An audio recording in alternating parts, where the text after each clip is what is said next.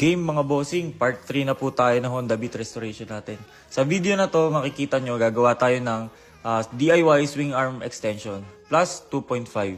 So yan, kinat lang natin yung stock swing arm dun sa may bandang hindi masyadong dulo para meron tayong pagsusuksukan nung tubular. So gumawa rin tayo ng jig na kahoy para hindi siya gagalaw at sukat na sukat. Tapos nag-cut din tayo ng tubular din, isang malaki, isang maliit para kamukhang kamukha nung stock. So, maligayang Pasko rin nga pala sa inyo mga bossing. Konti lang yung video natin ngayon kasi Pasko. Sarado rin yung mga ibang tindahan. So, yan. Ayan lang siya. Ayan, inaano lang natin. Tinatak-tak lang muna natin, tapos isa ka natin i-full weld. Ayan.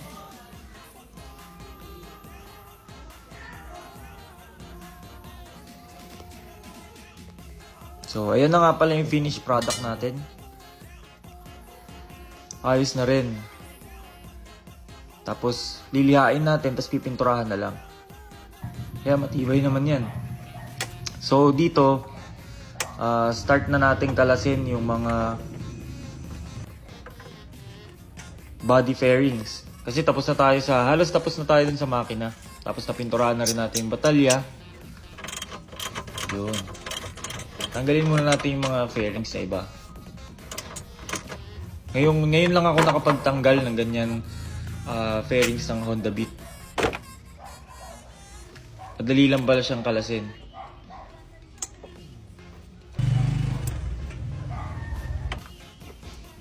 Bali, ang plano natin dito, i-reuse lang natin siya.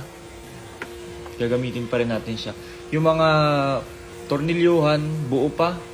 May mga ilang butas lang. Pero, tingin ko, bubutasin din natin yung iba. So, ayan, tinanggal mo natin side mirror. Ito, medyo patigas. Pagkapalo ko natanggal. Punit yung tenga. So, ayan na lang siya. Chassis na lang ulit. Diyan tayo magaling magbaklas. So, yung mga ibang inner fairings, pressure washer muna natin. Tapos, itong kick, sabay na rin natin sa paglilinis. Itong crankcase pala. So, yan, medyo malinis na sila. Itong tuka, baka hindi ko na pagtiyagaang i-repair yan kasi may experience kasi ako nan, repair ko tapos pagkakabit ko kumalas. Hindi masyadong matibay. Yan. Palilihain muna natin mga crankcase para ready natin pinturahan. Yan. Para medyo mabilis lang, hindi ko na pinakita sa inyo yung proseso ng pagliliha ko. Yan. Pinturahan na natin yan. Ang pintura niyan ay parang body color din. So, yung shock din, pipinturahan din natin ng body color din.